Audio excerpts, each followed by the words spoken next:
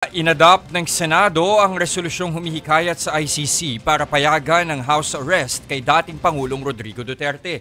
Pero may ilang senador na tumutol. Narito ang report ni Mean Los Baños. Higit 6 na buwan ang nasa detention facility ng International Criminal Court sa The Hague, Netherlands, si dating Pangulong Rodrigo Duterte para ito sa kasong Crimes Against Humanity dahil sa kanyang kontrobersyal na war on drugs. Kaya ang mga kaalyado niyang senador naghain ng resolusyon para suportahan ng Senado ang hiling sa ICC na house arrest para sa dating Pangulo. For us as a nation, I cannot imagine what the country will do if something, I don't want to say it, but if something happens with him in the detention center at wala man tayong ginawa. Ako'y nakikiusap na sana isang tabi muna natin ang politika at ating paghariin sa ating puso ang ating pagiging Pilipino. Yan po ngayon si Pangulong Duterte. He is old, he is sick, and he is very weak. Very weak na hindi na siya makatayo. Hirap na siya makatayo ngayon. Kaya ako pinakiusap sa inyo na sana bago huli ang lahat. Hindi naman daw nangangahulugang ipapawalang sala na ang dating Pangulo sa isinampang kaso laban sa kanya.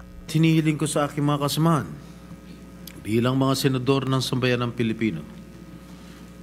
Kasama na rin ang ating mga kasamahan na sila Senator Risa, Senator Kiko, Senator Bam, na pairalin natin ang pag-unawa. Ang pagpapasyang ito ay hindi nangangahulugan ng paglimot o pag-absuelto sa mga ipinupukol sa dating Pangulo.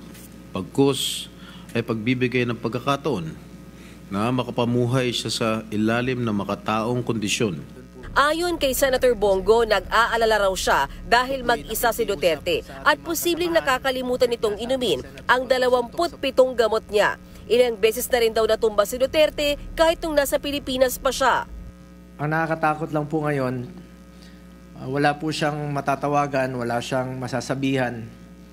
At kilala ko po si Atty. Digong. Ano yun eh. Siya na mismo parang pagod na rin po siya.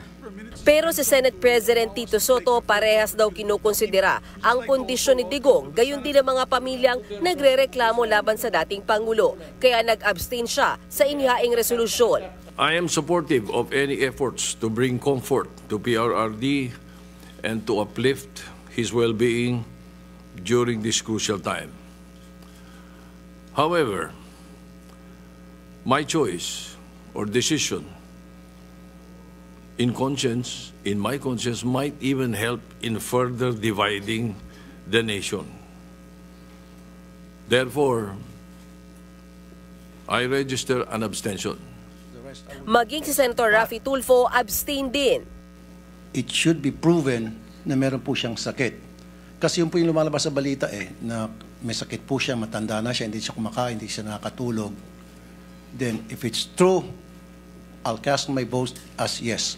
Pero without proof na yun nga talaga ang totoong pangyari, then I will abstain. Pero si Senator Risa Hontiveros hindi pumabor sa resolusyon. Wala naman daw kasing indikasyong hindi kaya ng ICC na bantayan ang kalusugan ng mga taong nasa kustodiya nila. Tila ba'y isa na naman itong patunay na ang batas ay marahas sa karaniwang Pilipino, pero malambot sa iilang may kapangyarihan. Kapag ordinaryong lolo ang inakusahan ng nagnakaw, pwedeng kulong agad at di makapagpiyansa.